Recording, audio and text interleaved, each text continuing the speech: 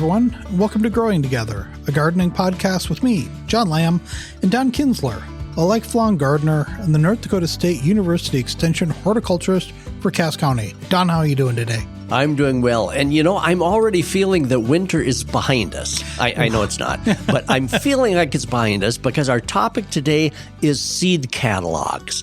And when I start getting the seed catalogs in the mail or get notices online of the online catalog, I know it's here. Spring is right around the corner. Your sunny outlook is contagious. And the days are longer now, noticeably longer, especially at the end of the day.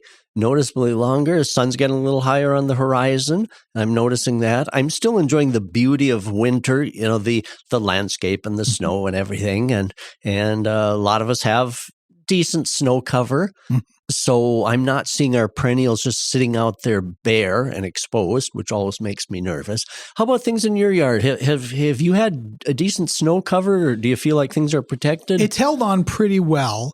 We're fairly protected and fairly shady. I mean, even without trees offering as much shade. But yeah, we're pretty good. We haven't seen.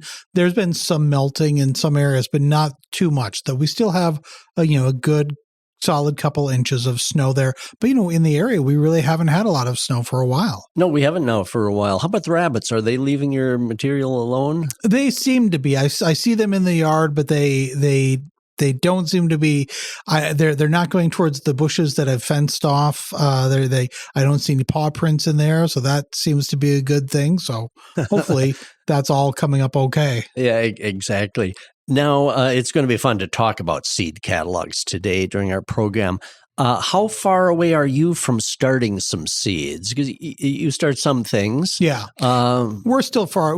It depends what you start, of course, as to when you start. Yeah, and we want to set up. We have to. Well, actually, we have a planning coffee that Sam and I will go out for coffee, and we'll talk about the kind of the seeds that we want to start and what we want to do in the yard.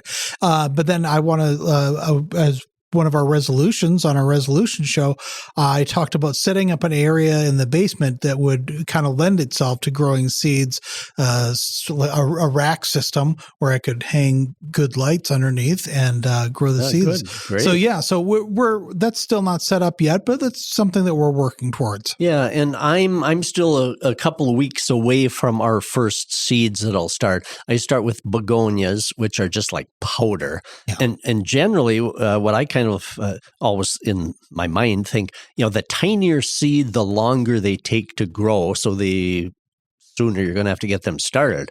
So I start with the powder-like seed like begonia and then finish up with melons that don't get started early until maybe May 1st or so.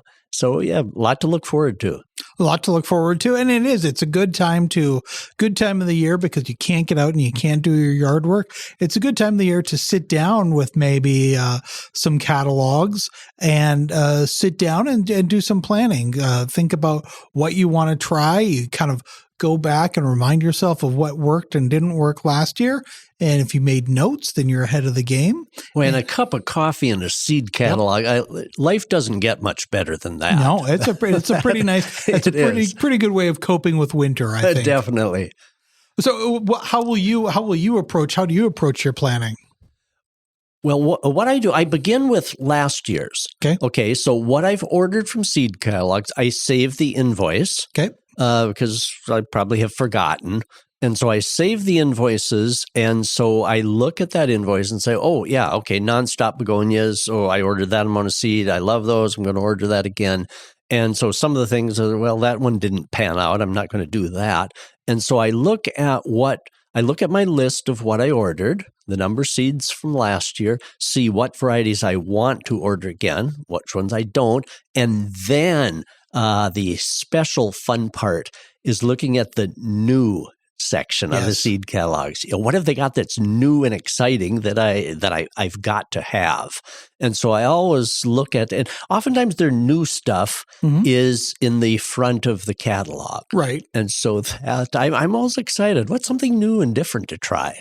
One thing that as you're doing that, in the next couple of weeks, maybe after you do that, take notes, and it'll be interesting because you have the invoices from last year, just to check prices, just to see how much has changed. We're not discouraging people from planting seeds and from starting seeds, but it's worth noting, I think, because things have gotten more expensive, and maybe there are some things that haven't gone up, and maybe there are some seed catalogs that you found where the prices didn't go up as dramatically. So yeah, I'll have to take a look. That's a good idea. I'll have to kind of note on that, because sometimes obviously I watch price, but I'm focused on the type so much that it will be interesting for me to note the price either stability or increase. Yeah, and ultimately, hopefully, the prices of seeds haven't gone up as the price of coffee has, which has gone up quite a bit. So yeah, exactly. We figure out the things that we really want to live with, and we make do. We work because some seeds are produced in other countries. Yeah, some things. So that may have a bearing on it. It'll be interesting to see that. Yeah, I'll report. If there are things that you think have been affected by the economy. That's great. So, but first of all, before we go into that, you've got a letter from a listener. Bill writes in, I've kept my geraniums overwintered by taking cuttings, and as you've written, they do extremely well under LED lights and they bloom heavily. But I have a problem that perhaps you can help me with. We're not frost-free till Memorial Day here in Northwest Wisconsin. Beginning early May, I begin taking them out for longer lengths each day, but many leaves still turn maroon. I plant them out, and in time they're all green. I can't tell you if the leaves that turn maroon change to green or are just replaced by other leaves. Do you have any suggestions for me? Thank you in advance. Well, thanks, Bill, very much for writing in. And I know exactly what you mean, Bill, because, we winter geraniums indoors either from cuttings or the mother plant, and they grow beautifully, they bloom beautifully, and then when you put them outside, you can get this reddish maroon colored leaves on the geraniums.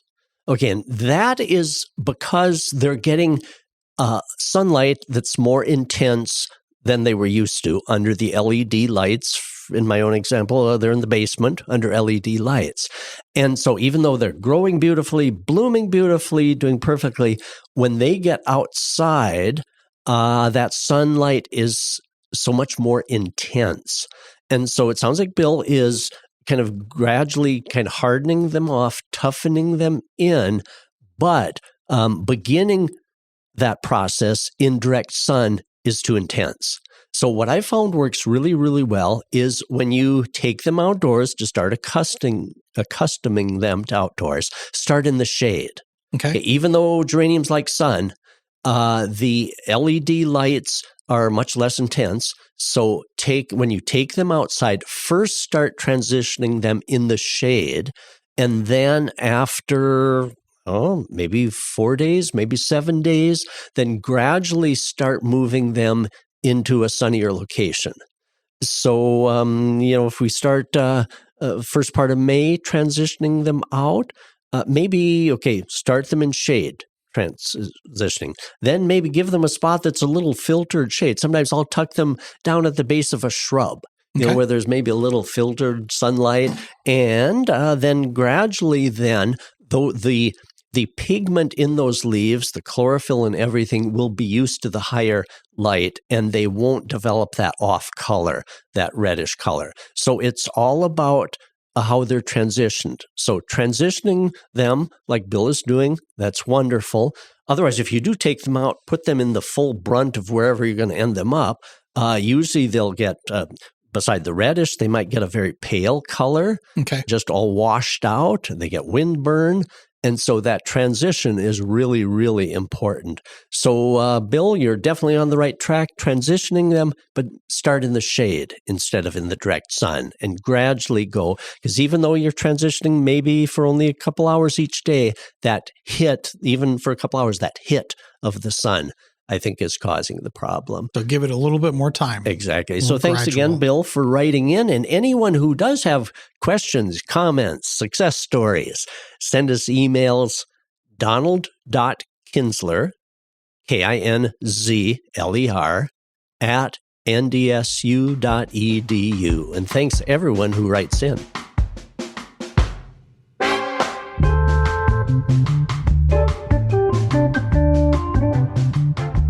speaking of success stories, you've had a lot of success with growing things from seeds, and you get your seeds from seed catalogs. When did you start? How did your appreciation for seed catalogs? Did you grow up with your mom looking at seed catalogs? Definitely. When those seed catalogs started arriving in the mail when I was a little boy, Mom would order from the seeds. Probably the Gurney's Seed Company was one that everyone got in their mailboxes, and the Burpees Seed Catalog.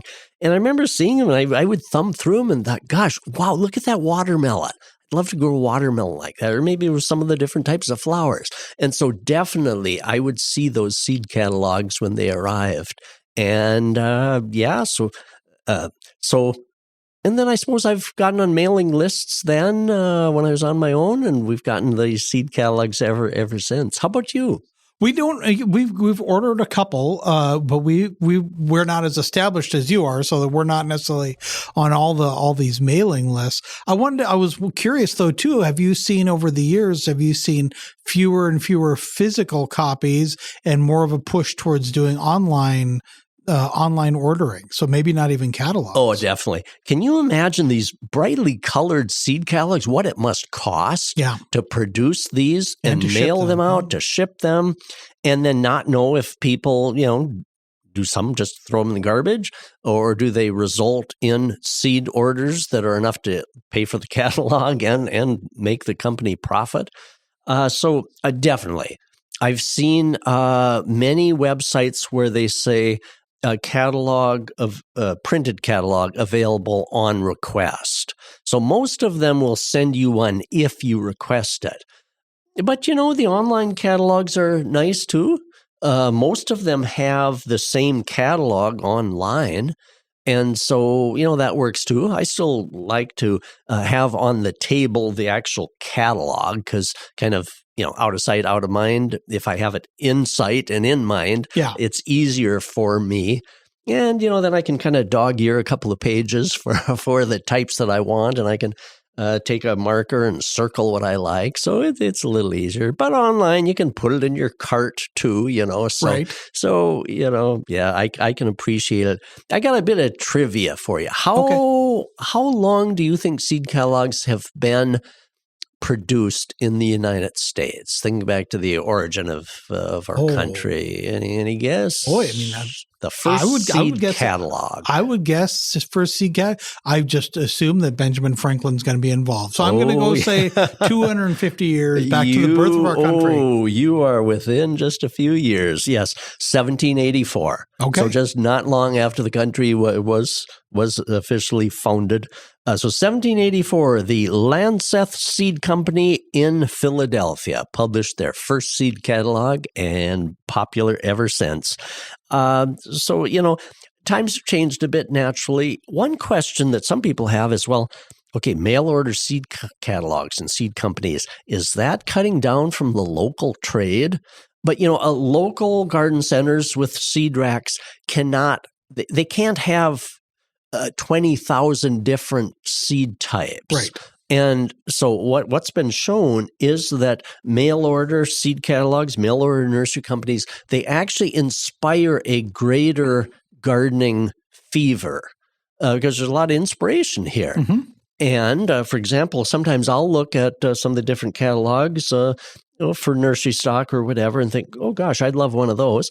And then sometimes if I don't want to order it, mail order, I'll go buy it at the local garden center. But for the seeds, garden centers, they can't have all of these things on stock, whereas mail order companies can.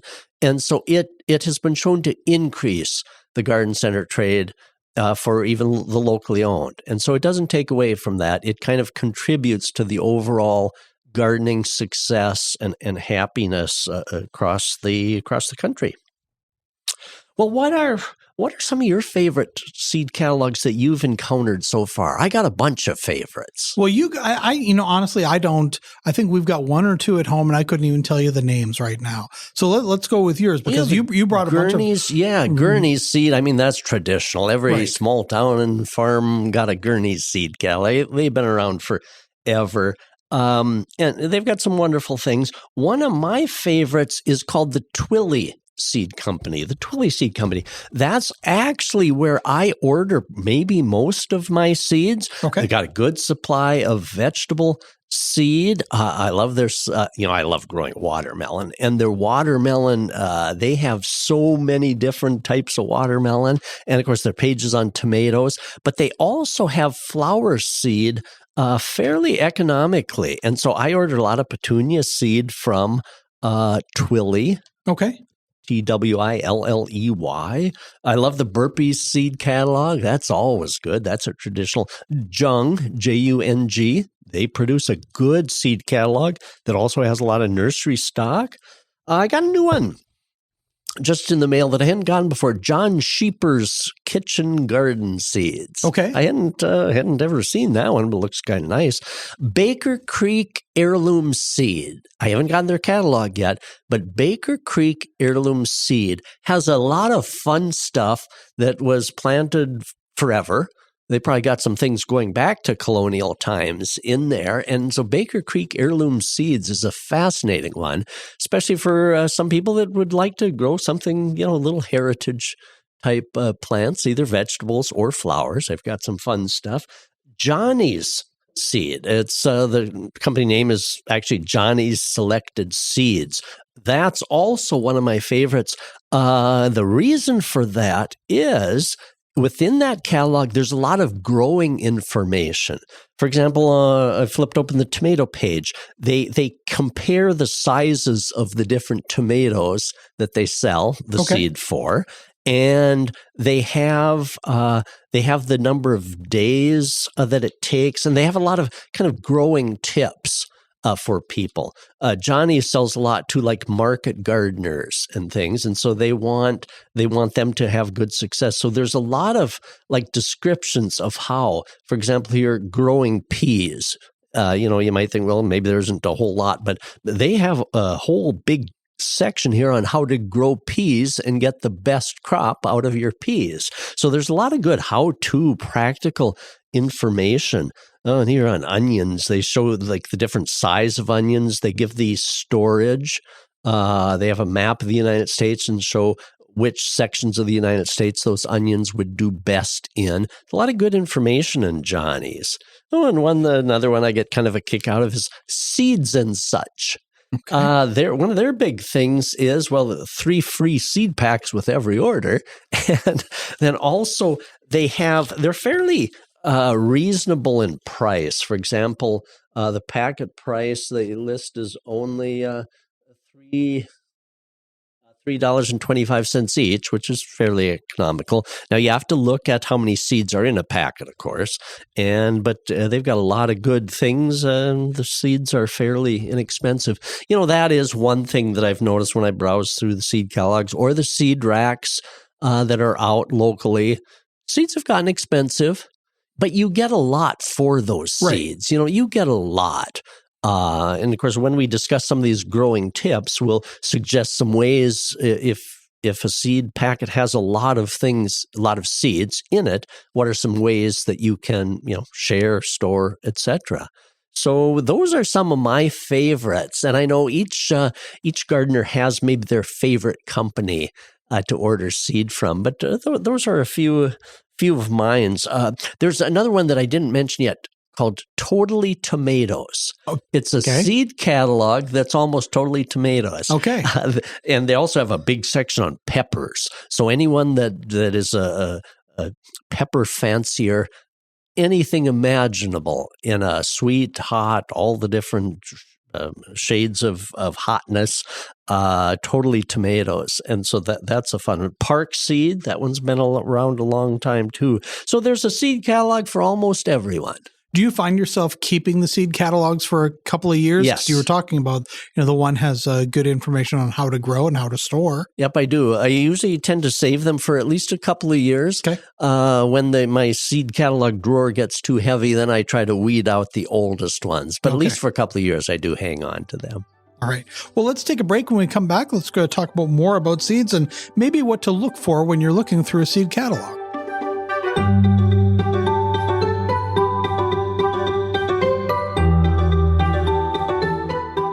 Get 6 months of local news for just $2.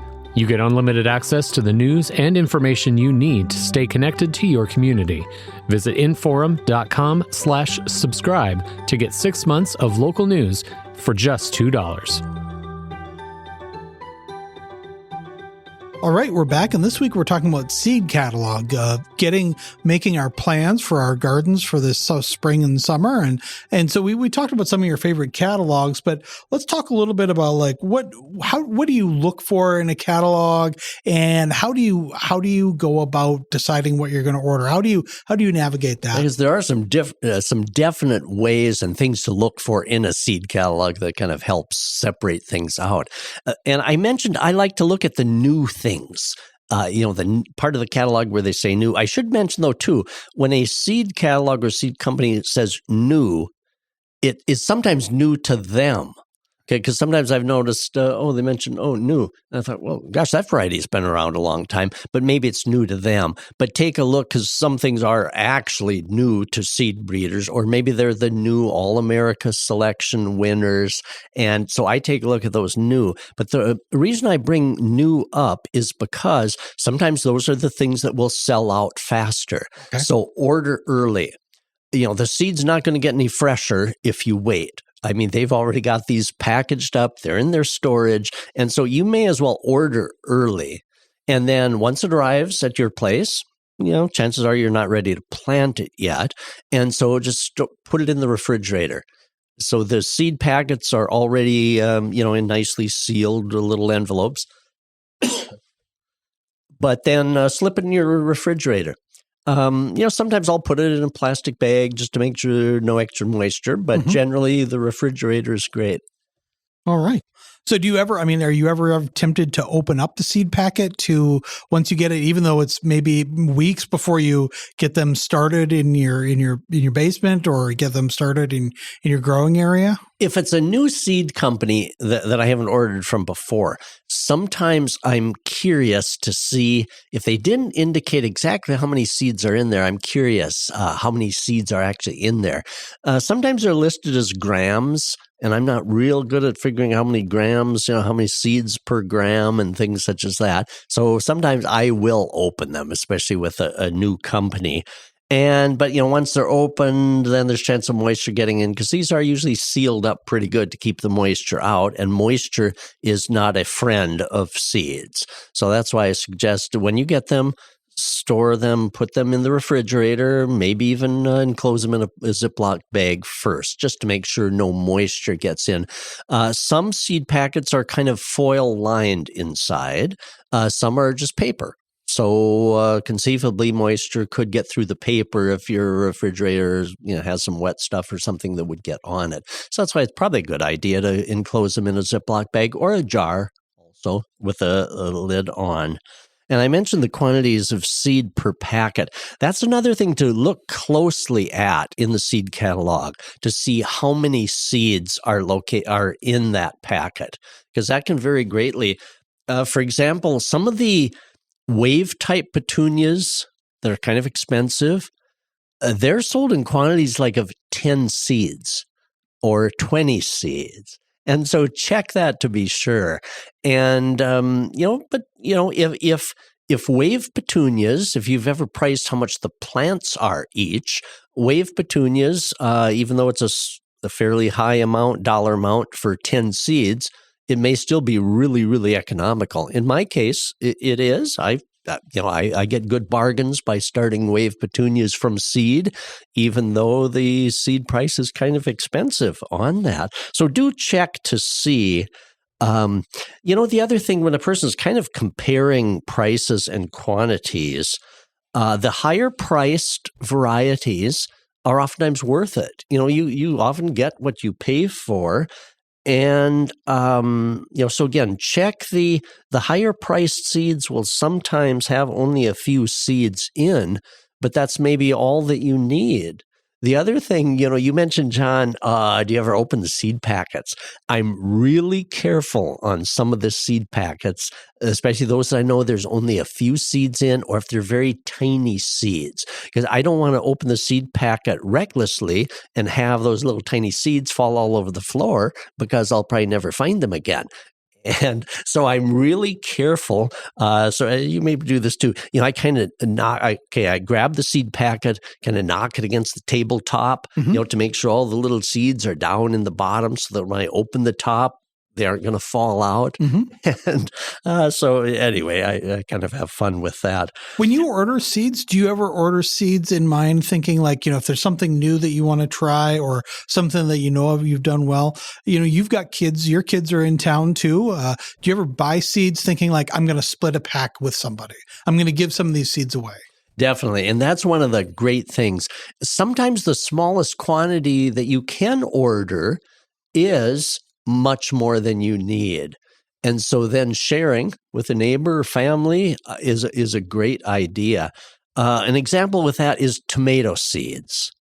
Okay, when you order tomato seeds, and usually it'll indicate how many seeds in a packet, but if the smallest quantity is 50, I don't need 50 big beef tomatoes. I want some big beef, but I want some celebrity and I want some Roma.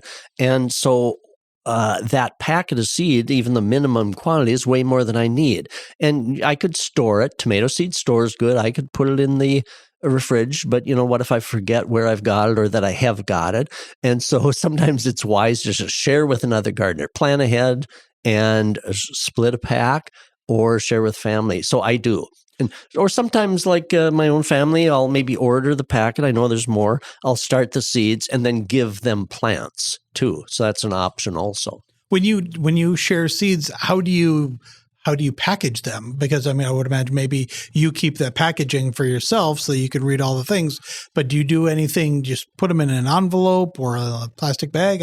What's the best way to repackage a seed? Yeah, I usually put them just in a paper envelope. Okay, and then close that. Either tape it or seal the envelope, and then I enclose that since it's been opened. Then I enclose that in a plastic bag. Or a Ziploc type bag. So when I'm sharing seed like that, I do repackage in an envelope and then seal up really good. All right. What are some other things that you do with once you get your seeds in?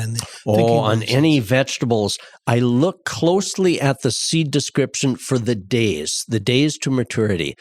For example, on tomatoes, you can't look at a tomato variety and if it says 65 days, you can't take your calendar and say, oh, good, I'm going to have my first tomato July 6th because it says 63 days. And so I can go. But what those days do is it allows you to rate or group those varieties. Okay, so it allows you to say, oh, okay, I see there's some tomatoes that are like 45 to 60 days. That's an early group. And there's some that kind of fall into the 70 to 78 days. Oh, good. That's a good main group. Oh, but look at this variety says it's 85 days. Wow, that's late. So those days on the vegetable varieties lets you rate the varieties. For example, when I'm looking at Twillies at the watermelon varieties. Okay, so on the days to maturity, I'm looking, oh, wow, some are, that one's 90 days. Oh, this one says it will ripen in 70 days. So I can take, and for our area, I want an early ripening one. So I look very closely at the days to maturity. So that lets me know whether something is early or quite late. For example, for cabbage. Maybe cabbage, I don't want that one to ripen up until fall, or form a head until fall because I maybe want to store it. And so some of the things for storage, maybe it's okay. I want a later one. So I look closely at the days. That's very important to me. On flowers, those that do well in containers versus in-ground flower bed, I look very closely for that word containers or container friendly. Also, that applies to vegetables too. For example, if you're growing vegetables, tomatoes or whatever in a container, certain vegetables were developed to be grown in pots and planters. So I look carefully for if it's a container friendly.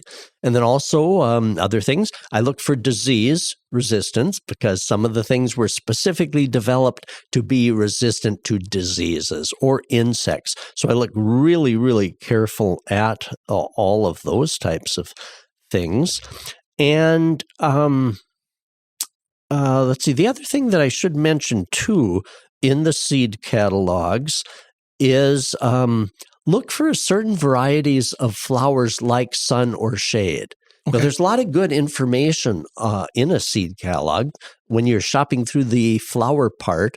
And if it's a flower you're not really familiar with, check to see if the description says it likes sun or shade or, partway in between. And then also on the flowers, the height and the spread. The descriptions in the seed catalogs will tell how high. For example, marigolds, there's a big difference in heights and spread. Some of the marigold varieties will only grow about 8 inches wide and tall. Others can get 3 feet. So it's very important to look at the flower size and the width of the plant, the height of the plant, to make sure it's going to be something that will fit into your area. Another thing that is so interesting in the seed catalogs, heirloom varieties are trending. An heirloom variety, that's kind of a loose term, but an heirloom variety is generally any seed variety, whether it's vegetables or flowers, that was developed before hybrids. Okay. And I think Burpee developed the first hybrid vegetable, the first hybrid tomato, shortly after probably World War II. So if you were to age or date heirloom varieties, they're generally things probably around World War II or earlier, things that were developed. And so they're kind of like antique varieties. And sometimes it's fun to have an antique. Right. A person, sometimes you want to be a little careful because some of the older varieties might not have as good a disease resistant as some, but also, especially in tomatoes, many gardeners like heirloom tomatoes because they feel they have some flavors that some of the hybrids might not have. Okay. And so heirlooms, and also there's some flower varieties. I grow a celosia, also called coxcomb. It's the flat type, not the upright pyramidal celosia, but a flat type celosia coxcomb, they're also called, that Thomas Jefferson grew at Monticello. Okay. And so an heirloom variety that he had. And so that's fun. It's kind of fun to say, wow, this one goes all the way back to 1700s or early 1800s. And so heirloom varieties are trending. You see a lot of those in the seed catalogs already. And should mention too, you see the term hybrid a lot. I mentioned that heirloom varieties were kind of the heirloom varieties were developed before modern hybrids. And so a hybrid is formed by crossing two parents that you want to combine the good characteristics of both. Okay. So, for example, you take 2 tomatoes, and maybe this one has large fruit, maybe this one has tasty fruit, a little smaller. So you cross the two to try to bring both those things together into one. Or maybe it's disease resistance. So hybrid varieties are ones that are brought together. I should mention, too, hybrid varieties can be in nature. If a bee decides to go from this tomato or this plant, tomatoes are generally wind pollinated, but apples, a hybrid apple. What if a bee went from this apple to that apple and then the seed got planted? Then you got a hybrid apple. So hybrids can happen in nature as well. And so another thing, it seems like I always learn something new from catalogs. Count the day lost, you don't learn something new. But seed catalogs almost always teach me something new. Maybe it's a new variety, but maybe it's a new way of growing something. Mm-hmm. For example, maybe in the seed catalogs, they're talking about carrot varieties. And, of course, we all want a nicely tapered carrot, but sometimes they get really squirrely because they hit a hard lump of clay. Yep. And so sometimes, like, for example, in the carrot section, it may say, make sure you amend the soil so it's nice and deep and mellow. And so we can learn a lot, too. So they're actually pretty good handbooks of gardening education as well. I mentioned that I like to save the invoices or the orders because that gives me a really good track record of what I've ordered each year. I do kind of keep my own handwritten list, but the actual order form, then that lets me know. Because sometimes I forget how many seeds did I order of begonia last year. And so that keeping that gives me a really good record of what I did order. What would you say? Do you have a ratio for how many seeds you plant versus how many seeds germinate, you think, or how many come to fruition? The seeds do list the germination percent. Okay. On there. The packages, in fact, on the package. In fact, I think that might be law. I think that they need to test and list the germination. And so if a seed packet lists like 80% germination or 90% germination, it's interesting you bring that up because I do watch that carefully on like wave petunias. Because if the seed packet only had 25 seeds in it, then I'd kind of like to get close to 25 plants out of there because those seeds were expensive. Mm-hmm. And so if they say in that case that it's 85%, then I've watched and I get pretty good percentage out of that. Okay. So if I've ordered 25 seeds, I'll oftentimes get about 22 or 23 plants out of that. And so, if it's begonia seed that's like powder, but still, even though it's like powder, you're maybe getting 100 seeds. And, I maybe don't see if I get 100 seeds, but I am monitoring that. And I've had good luck. Much depends though on how we grow those and how we germinate those seeds. Because my basement where I grow the stuff is cool and not ideal for seed germination. That's why I use heat pads, germination pads, because that bottom heat on the seed trays makes a world of difference. And of course, the light's right close to the seed tray, so that when they sprout, you get a good stocky little seedling.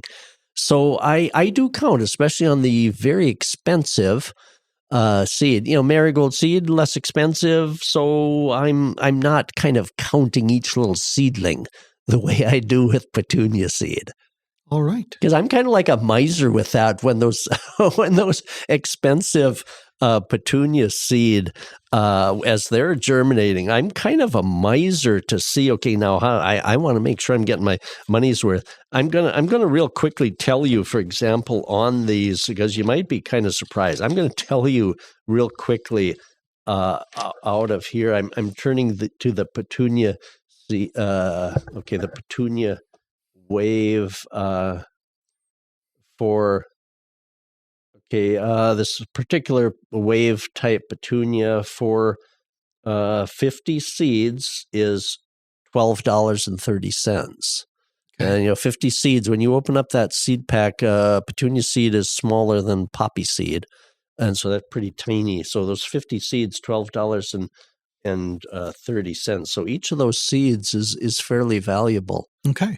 But again, when I planted the 50 seeds, get maybe about 48 out of those. Okay. So it's decent. I've noticed that the more expensive seeds too, they're quite particular about that their germination percent is up there too, because they don't want a lot of us hollering that I only got half. I paid good money and I only got half the seeds to germinate. All right. It's been fun discussion, John. It is, and it puts us in the frame of mind of thinking that spring is just around the corner, and after that, summer, and we will be out being able to plant these. We'll be able to transplant our seeds into bigger pots or into the garden, and that really gives us a lot to look forward to. It does. Again, it's like it's the official start of spring for me when I'm actually getting some seeds into soil. All right. Well, if people have any questions for you about seeds or gardening or anything, or if they, like you said, if you want to show off their successes or talk about their failures, what's the best way to reach you? Send me an email, donald.kinsler, KINZLER, @ndsu.edu. And say, as a little side note, remember in a previous podcast, we visited about going to garden centers after Christmas to see if they had on sale amaryllis Yes, see if we could pick up some amaryllis bulbs on the cheap. Well, I had forgotten all about it, so I didn't get out there. But the gardener that mentioned that they were going to, Sandra, she got out and she scored well on inexpensive, and we're actually going to have her on the podcast. Excellent. In a week. Yeah, so Sandra's going to tell us all about the amaryllis bulbs, and she's got a very unique growing system that she's growing a lot of plants that she's overwintering under some unique light systems, getting them all ready for spring. All right. Well, I look forward to that. Great. Thank you, John, and thanks everyone for listening.